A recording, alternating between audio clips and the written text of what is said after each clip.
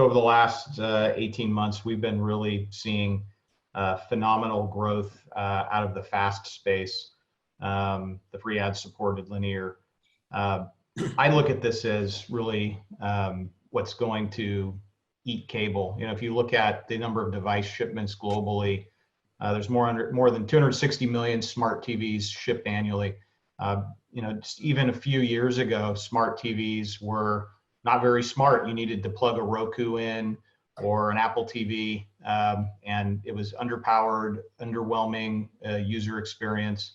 Fast forward today, where these, you know, for $300 or $400, you can get something that is just far more powerful than even the boxes of old. You know, in that environment, this means in the U.S. alone, there's 2.5 to 3 Comcasts worth of new devices shipped that have linear streaming baked into the firmware. And what does that mean? Well, in the past, if you were, you know, in order to get scale in this space, you needed to be able to get consumer downloads. Consumer downloads, ranking and charts, very app store driven approach. With linear, you know, by its very design, it's even though there are hundreds of channels, you know, at steady state, it's a very limited and more selective environment.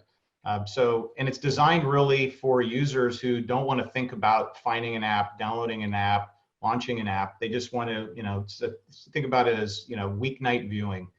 Thursdays, you know, 8:30, 9 p.m., you're eating a late dinner, the kids are in bed, you just want to, you know, tune out and turn your mind off and watch something and binge watch a couple episodes of, you know, UFO, Ancient Aliens or something along those lines. So that's really what fast linear is designed to do. And if you think about the $70 billion of TV ad dollars that are rapidly shifting into this environment and the rapidly emerging base, meanwhile, cable, you know, is down into the mid 80 millions of households, down from its peak just a few years ago, and is on a path to, you know, 45 to 50 million households over the next few years.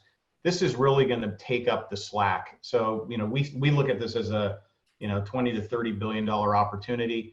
And, you know, the more of that dial you can control, it can be an incredibly lucrative market, not just in North America, but globally. So that's really where I think the table stakes are going to be.